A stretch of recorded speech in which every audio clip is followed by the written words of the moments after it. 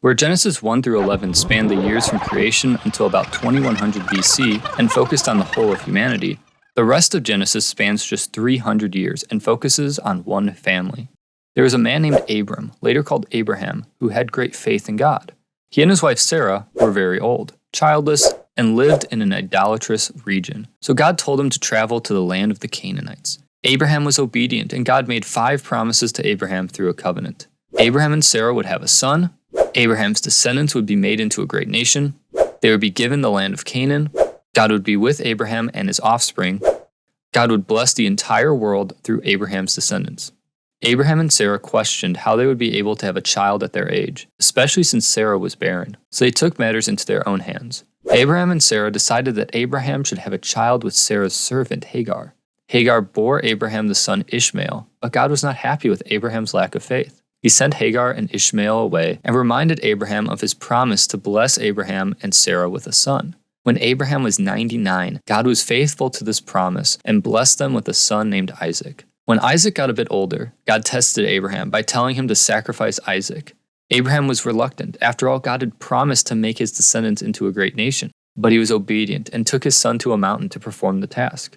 Before he could sacrifice Isaac, God stopped him and provided a ram to be sacrificed in Isaac's place.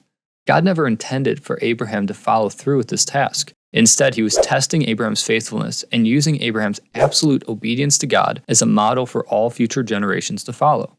God was also foreshadowing the eventual sacrifice that he would make of his son for all of humanity's sins. When Isaac grew up, he married a woman named Rebekah, and they had 2 twin sons, Esau and Jacob. Although technically Esau was the firstborn son, Jacob tricked Isaac and Esau into receiving the firstborn blessings that Esau deserved for himself. Jacob was later renamed Israel and married 2 sisters, Leah and Rachel, and had 12 sons. These sons later became the 12 tribes of Israel. Jacob had a favorite son named Joseph, who was given a beautiful robe from his father. His brothers resented him and plotted to kill him.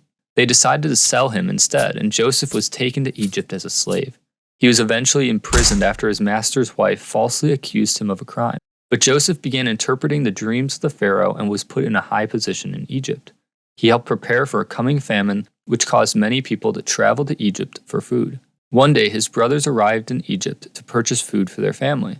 He revealed himself to them and forgave them of their wrongdoing. Joseph realized that it was part of God's plan to have him go to Egypt. Jacob and his family traveled to Egypt and settled down there.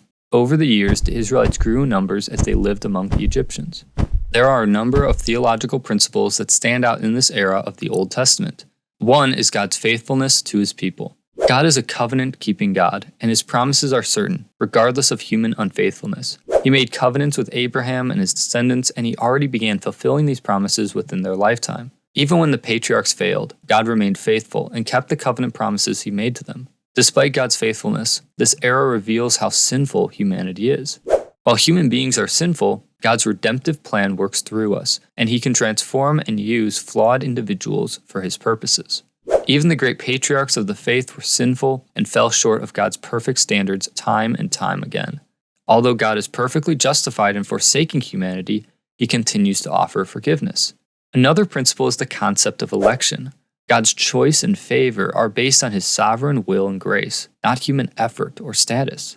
God sovereignly chose Abraham and his descendants to be his holy people. This was not by their own merit, but simply because God chose them out of grace and love. This principle is reiterated in the New Testament. God's providence is also present throughout this era. God is sovereign over all aspects of life, and his plans are fulfilled even through imperfect and sinful human actions. Perhaps the best example of this is found in Joseph's story of slavery, where God used the sinful actions of Joseph's brothers to bring about a greater good which saved thousands of people from famine. These are just a few of the theological principles found in this era, and it also points to Jesus in 2 primary ways. The first is God's promise to Abraham that all people would be blessed through his descendants. This blessing was pointing to the coming of Jesus, whose death on the cross is a path to salvation for all people. The second way this era points to Jesus is found in the types of Christs that appear throughout. For example, when Abraham was told to sacrifice Isaac, there were many parallels to God the Father sacrificing Jesus for the sins of humanity. Just as Abraham was told to sacrifice his son, God would later sacrifice his son. Just as Isaac was obedient to Abraham in this moment, Jesus was obedient to God the Father on the cross.